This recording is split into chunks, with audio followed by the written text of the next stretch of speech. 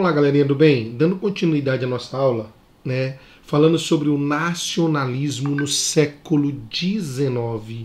Já comentamos com vocês a unificação da Itália e hoje nós vamos falar sobre a unificação da Alemanha, onde já foi comentado com vocês que em pleno século XIX, até a primeira metade do século XIX, não existia os países Itália e nem o país Alemanha, o país Itália e o país Alemanha.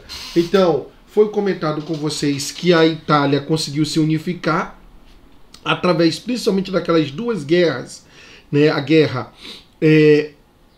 austro-prussiana e a guerra franco-prussiana. Então, nós vamos agora explicar o que foi a unificação alemã. E aí a gente pode detalhar as causas desses dois conflitos que vão ajudar na unificação italiana, já explicado para vocês. Então, nós vamos observar que em pleno século XIX a Alemanha não era constituída como um país. Ela era toda dividida, toda fragmentada em estados, em ducados, em condados que eram dominados principalmente pela Áustria, Prússia e França, tá? Então, como lá na Itália existia o reino Sardo-Piemonte, que vai encabeçar o processo de unificação italiana, aqui quem vai encabeçar o processo de unificação alemã é o reino que se chama Prússia. Então é a Prússia que vai encabeçar todo o processo de unificação da Alemanha. Nós vamos observar que quem dividiu a Alemanha em pleno século XIX foi o Congresso de Viena, aquele congresso pós-Império Napoleônico que foi criado para reorganizar o mapa europeu. Congresso de Viena, que aconteceu em Viena, na Áustria, presidido pelo príncipe Metternich. Um congresso altamente conservador que levantou a bandeira da legitimidade. Nós vamos observar que tanto a região da Itália como a região da Alemanha vão estar sob domínio da França e Áustria.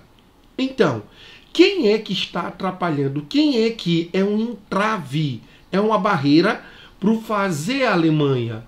É a França e a Áustria, como eu comentei com a Itália. São duas nações que dominavam a grande parte desses reinos aqui que vocês estão vendo, que eram todos fragmentados. Então, observem bem que a França e a Áustria dominavam essas regiões. E aí a Prússia, desde os anos 20, 30, é ela que vai partir à frente para tentar fazer a unificação. Um dos principais pontos que lá na Prússia vão ser criados é uma liga aduaneira, uma liga econômica que se chama Zollverein. Não tem como falar da unificação alemã sem falar do Zollverein. O Zollverein é criado na Prússia com o intuito de justamente unir todos os reinos, reinos prussianos ou reinos germânicos, para pagar apenas um imposto. Era uma forma de fortalecer a economia, a indústria, no caso, germânica. Porque a partir do momento que tem uma liga e que eles só vão pagar um imposto, então todo o dinheiro ele pode ser revestido em estrutura. E que foi o que a Prússia fez. Então ela vai comandar essa liga Zollverein e todas as regiões que fazem parte dessa liga só vão pagar um imposto. Isso quer dizer que um produto sai lá do norte e vai para o sul praticamente com o mesmo preço, fazendo com que as pessoas comprem mais, que a indústria possa produzir mais, vender mais, e assim vai sendo criada uma estrutura ferroviária, portuária, que é muito importante para o comércio, para você aumentar a produção, aumentar a comercialização entre as regiões. Então o Zollverein é o carro-chefe para fortalecer a indústria, a economia da Prússia. E aí nós vamos observar que quem vai comandar a Prússia no final dos anos 40, principalmente nos anos 50, A partir dos anos 50, quem vai estar à frente da Prússia? É o rei Guilherme. É ele que vai encabeçar todo o processo de unificação. Agora, com a Prússia mais forte, com a economia mais enraizada, com toda a estrutura do Zollverein, ele quer fazer a unificação. E a bandeira que ele vai levantar é o nacionalismo. Né? Então, todos aqueles povos que têm a mesma língua, que é a língua germânica, que têm a mesma cultura, os mesmos costumes. Então, esse nacionalismo ele vai começar a ser despertado. E é aí que ele vai chamar quem para direcionar, para liderar esse processo.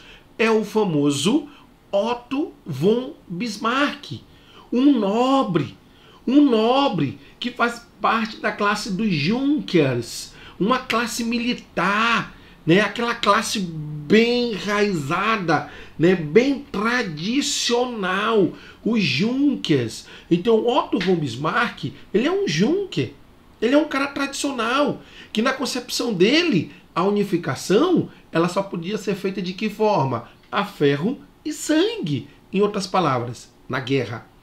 Na guerra. Se é para fazer unificação, não tem outro jeito, é guerra. Tá? Então, Otto von Bismarck é ele que vai encabeçar o processo de unificação alemã. Tá? Ele é primeiro-ministro de Guilherme, que é o rei da Prússia. Nós vamos observar que logo de cara o que a Prússia faz? Ela vai querer reconquistar ou anexar territórios de língua germânica que estavam dominados sob a bandeira da Dinamarca. Tá? Então, é o momento que a Prússia se une à Áustria contra a Dinamarca. É os territórios que no caso os prussianos querem, é os territórios de Schleswig e Holstein. Schleswig e Holstein. São esses dois ducados aí. Então a Prússia quer esses dois ducados. Esses dois ducados estavam sob domínio da Dinamarca. O que a Prússia faz? Chama a Áustria. Áustria, vamos ali dar um coro na Dinamarca para pegar esses dois territórios? E foi o que aconteceu. Tá? E aí nós vamos observar que a Prússia, junto com a Áustria, vencem a Dinamarca e anexam esses dois territórios, Schleswig e Holstein. Então eles vão anexar esses dois territórios, só que tem um detalhe. Qual é o detalhe? Na divisão, na repartição desses territórios. Se são dois territórios e duas regiões aqui, Prússia e Áustria, a lógica diz o quê? Que cada ducado vai para um. Né? Então um território vai para a Prússia e outro território vai para a Áustria. Isso é a nossa lógica, não é a lógica da Prússia. Porque a Prússia ela quer a unificação, ela quer a união. Então ela não vai querer dividir esses ducados com a Áustria. Ela vai querer os dois ducados para ela. E é o que ela vai fazer. Quando ela se mostra com essa intenção, com esse interesse, a Áustria logicamente não gostou. E o que a Áustria faz, professor? Declara guerra à Prússia. Lembra daquela guerra que eu falei que ajudou o Czar do Piemonte fazer a Itália? Qual é a guerra, Franfran? A guerra austro-prussiana. Agora você sabe por que aconteceu a guerra austro-prussiana no ano de 1866. Né? Na divisão desses dois ducados, a Prússia quis ficar com os dois, a Áustria não gostou, a Áustria tinha ajudado a Prússia contra a Dinamarca, então a Áustria declara guerra à Prússia. Ficou conhecida como a Guerra Austro-Prussiana ou Guerra das 5, 6, 7 semanas. É a duração da guerra. Por quê, professor? Porque a Prússia ela vai arrebentar a Áustria. A Prússia vai vencer a Áustria. Vocês lembram quem foi que ajudou a Prússia? Eu disse para vocês. A Prússia vai ter o apoio do Czar do Piemonte. O Czar do Piemonte ajuda a Prússia vence a Áustria. E o que o Czar do Piemonte ganha? Vocês estão lembrados? Isso, é aquela região chamada Veneza. Lembram? Então Veneza fica para o Czar do Piemonte por ter ajudado a Prússia. né? É uma região na Península Itálica, não tem nada a ver com a Prússia, né? Nada a ver, nem língua, nem costume, não tem nada a ver. Então, o Czar do Piemonte ganhou Veneza e a Prússia vence a Áustria, e com essa vitória, que é a Guerra das Sete Semanas, ou Guerra Austro-Prussiana, olha o que a Prússia ganha. Nós vamos observar essa linha vermelha aqui, é justamente todos os territórios que a Prússia vai anexar a ela. Olha aqui a Prússia, né? Então vocês vão observar que essa linha vermelha é a Confederação Germânica do Norte. Então, a partir desse momento, toda a região norte vai estar sob domínio da Prússia. A Prússia conseguiu unir o norte inteiro. É a Confederação Germânica do Norte. Isso ficou para a Prússia logo após a Guerra Austro-Prussiana. Isso quer dizer o quê, Franfran? Que o norte está unificado. Faltava o quê? Essa parte sul aqui. Então, é o sul que está faltando. E essa parte sul estava sob o domínio de quem? Tá aqui, ó. Aqui, só que não aparece no mapa. É o paizinho que está aqui, que é a França. Então, toda essa região aqui pertence à França. E aí nós vamos observar que a Prússia quer essa região. Por que a Prússia quer essa região? Porque é uma região de língua germânica, que tem cultura, costumes, o mesmo da Prússia, e que não tem nada a ver com a França. Então a Prússia quer. Aí tu para e pensa comigo, a Prússia vai chegar e vai pedir? Ei, Napoleão III, que é quem está no poder lá da França, né, o famoso Napoleão III, me dá esses territórios? A Prússia vai pedir? Tu acha que Napoleão III vai dar? Lógico que não. Então o que a Prússia tem que fazer? Tem que fazer guerra. Tem que fazer guerra. Só que, gente, não existe motivos para a guerra. Não existe motivo da Prússia declarar guerra à França. A Prússia não podia chegar, ei, eu quero guerra contra você por causa desses territórios. Como é que a comunidade internacional vai ficar com a Prússia? Não vai achar isso interessante. Então, o que a Prússia vai fazer? Ela vai criar um motivo. Ela vai provocar os franceses. É nesse momento, para quem não sabe, aqui é a fronteira, pena que eu não estou contra o mapa, mas aqui é a França, e logo do lado da França está quem? A Espanha. Nesse momento, na questão sucessorial, né, de sucessão da Espanha, quem vai assumir o trono da Espanha, que vamos dizer que a Espanha seja bem aqui assim, ó, bem aqui no fundozinho. Então a Espanha, quem vai assumir o trono, é um primo do rei Guilherme. É um prussiano, né? Na linha de sucessão, quem vai assumir o trono lá da Espanha é um prussiano. Napoleão Bonaparte, ou desculpa, Napoleão III, que é sobrinho de Napoleão Bonaparte, não vai aceitar a França ficar aqui no meio de duas regiões prussianas, que são essa aqui e mais a Espanha. Então Napoleão III, ele não aceita, e aí ele vai mandar um telegrama para o rei Guilherme. Tá? Então ele manda esse telegrama para o rei Guilherme explicando que não achava interessante, dando todos os seus motivos da França ficar entre dois prussianos. E aí o Guilherme aceitou as razões de Napoleão III. Aceitou, concordou, sem problema nenhum. Respondeu o telegrama e enviou para Napoleão. Só que esse telegrama, antes de ir para a França, ele passou pela mão de quem, Fran? Pelas mãos de Otto von Bismarck, o famoso chanceler de ferro. Então vai passar pelas mãos de Otto von Bismarck, que ele altera o telegrama, ele altera o texto do telegrama. E aí o telegrama que vai para a França, o telegrama que vai para Napoleão III é um telegrama ofensivo. É um telegrama que os franceses vão ficar indignados, revoltados, porque ele ofende os franceses. E é nesse momento que a França faz o quê? Declarar guerra à Prússia. É a famosa Guerra Franco-Prussiana de 1870. Então, os franceses, olha só quem foi que pediu a guerra, olha só quem declarou guerra. Não foram os prussianos. Quem declarou guerra foram os franceses, que se acharam ofendidos, prejudicados pelo que estava escrito no telegrama. Então, os franceses é que declararam guerra, não foram os prussianos, tá? E aí você vai observar que o famoso Otto von Bismarck, ele vai se aproveitar disso. Por quê? Porque ele vai usar a bandeira do nacionalismo. Povos de língua germânica que têm a mesma cultura, os mesmos costumes, vamos nos unir contra um povo estrangeiro que tem a língua diferente, costumes diferentes, cultura diferente. Então ele usa o nacionalismo como bandeira para unir todos os germânicos contra os franceses.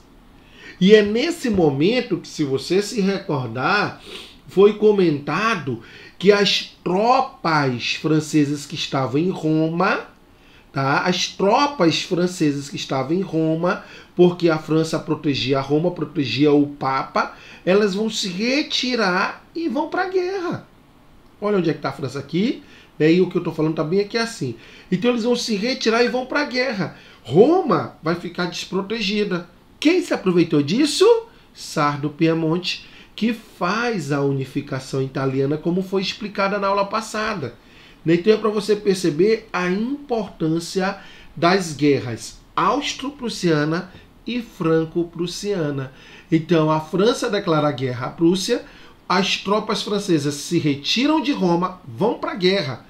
Os prussianos se unem e a guerra acontece, onde a Prússia arrebenta a França.